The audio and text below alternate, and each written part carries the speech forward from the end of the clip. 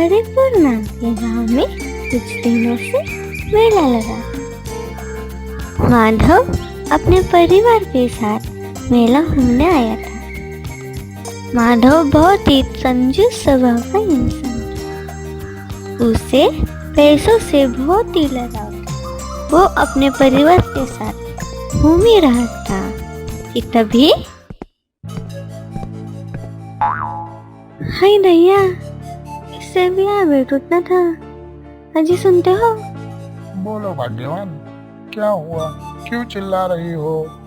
अजी देखिए ना, चप्पल टूट रही है। मुझे चला भी नहीं जा रहा। अब मुझे अभी नई चप्पल दिला दीजिए। भाग्यवान, ये भी तो नई चप्पल है, पिछले साल ही तो लेके दी थी। यही बात आपने पिछले साल भी की थी। 2 साल यही रहकर मुझे टूटी हुई चप्पल पहना देते हो। इतनी भी क्या कंजूसी करना। अरे भाग्यवान, चिंता क्यों करती हो? अब भी इसे ठीक करके देता हूँ। यह कहकर माधव निर्मला की चप्पल ऐसे तैसे करके जोड़ देता है। देखो भाग्यवान, हो गई ना ठीक। मैंने तो कहा था कुछ महीने और चलेगी। जैसे ही निर्मला चप्पल पहनने लगती है, चप्पल फिर से टूट जाती है। निर्मला बेचारी माधव का कहना मानकर चुपचाप चप्पल पहनकर चलने लगती है। आने जाकर माधव के बेटे ललित को रिक्शा दिख जाती है और ललित रिक्शा से घर जाने की जिद करने लगता है। पिताजी, वो देखिए रिक्शा। मुझे रिक्शा की सवारी करनी है। चलिए ना, हम रिक्शा से ही घर चलते हैं। ललित की बात सुनकर माधव मन ही मन में कहता है, यहाँ से घर नजदीक तो है, क्यों खामखा पैसे बर्बाद करना। बेटा, मैं तुम्हें इससे भी अच्छी सवारी करवाता हूँ। आ जाओ, मेरे कंधे पे बैठ जाओ।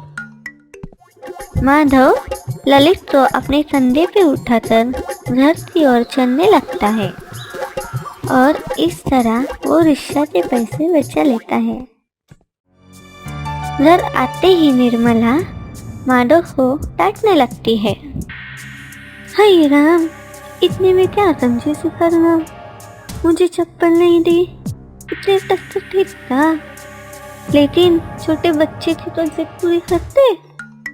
अरे भाग्यवान, रिक्शा से आते हैं तो ललित को इतना मजा नहीं आता। अभी मेरे कंधों पे आया है तो देखो कितना कुछ है। हाँ हाँ, देख ली खुशी हो रही है या आपके कंधों में दर्द? दर्द? किसने कहा? मैं तो अभी भी ललित को लेकर दौड़ सकता हूँ। ये सब छोड़ो, खाने के बारे में सोचो। बहुत ही भूख लगी है, तब तक मैं जरा आराम कर लेता हूँ। माधव निर्मल को बातों में उलझाकर सो जाता है। कुछ देर बाद एक जोर से आवाज आई। आवाज सुनकर ललित और निर्मला कमरे में आ गए। उन्होंने देखा माधव पलंग से नीचे गिर पड़ा। उसके पैरों में गहरी चोट आई थी। हाय दैया, ये क्या हुआ? ललित, तुम्हारे पापा नीचे कैसे गिर गए? माँ, मैं भी आवाज सुनते ही आया हूँ। पिताजी को बहुत गहरी चोट लगी है। जल्द से जल्द अस्पताल ले जाना पड़ेगा। मैं अस्पताल में फोन करती हूँ। एम्बुलेंस आते माधव को अस्पताल ले जाते हैं। माधव को देखकर डॉक्टर कहते हैं, इन्हें तो बहुत गहरी चोट आई है। इनका जल्द से जल्द ऑपरेशन करना होगा, नहीं तो सारी उम्र ये चल नहीं पाएंगे। आप जल्द से जल्द पैसे का इंतजाम करके फीस जमा कर देना। मैं तब तक इनके ऑपरेशन की तैयारी करता हूँ। डॉक्टर साहब, ऑपरेशन को कितना खर्चा आएगा? कम से कम 50,000। डॉक्टर और निर्मला बात करते समय माधव को होश आ जाता है और वह डॉक्टर और निर्मला की सारी बात सुन लेता है। कितना? 50,000? इतने पैसे में कहाँ से लाऊं? इसके अलावा कोई और उपाय है तो बता दीजिए। एक रास्ता है, हमें माधव की दोनों टांगे काटनी होगी। डॉक्टर की यह बात सुनकर निर्मला और ललित मान जाते हैं और उन्हें ऐसा करते माधव को गुस्सा आता है और वह गुस्से में कहता है, तुम दोनों क्या पागल हो गए हो? जो इतना पैसा होने के बावजूद मेरा इलाज नहीं करवा सकते? मैंने इतनी मेहनत से पैसा जमा किया है, उस पैसे से मेरा इलाज करवा दो। तभी निर्मला और ललित माधव से कहते हैं, 50,000? इतना पैसा डॉक्टर को देने से अच्छा है हम आपकी टांगे ही कटवा देते हैं, फिर कभी डॉक्टर के पास आना ही नहीं पड़ेगा। सारी उम्र आप बिस्तर पे ही लेटे लेटे गुजार लेना और कहाँ बाहर जाना हो तो ललित अपने कंधों पे आपको उठा के ले जाएगा। ऐसा कहकर दोनों डॉक्टर से टांगे काटने का कहते हैं और डॉक्टर माधव के टांगे काटने लगते हैं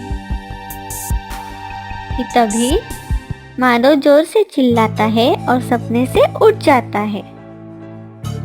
तभी माधव देखता है उसकी दोनों टांगे सही सलामत होती है।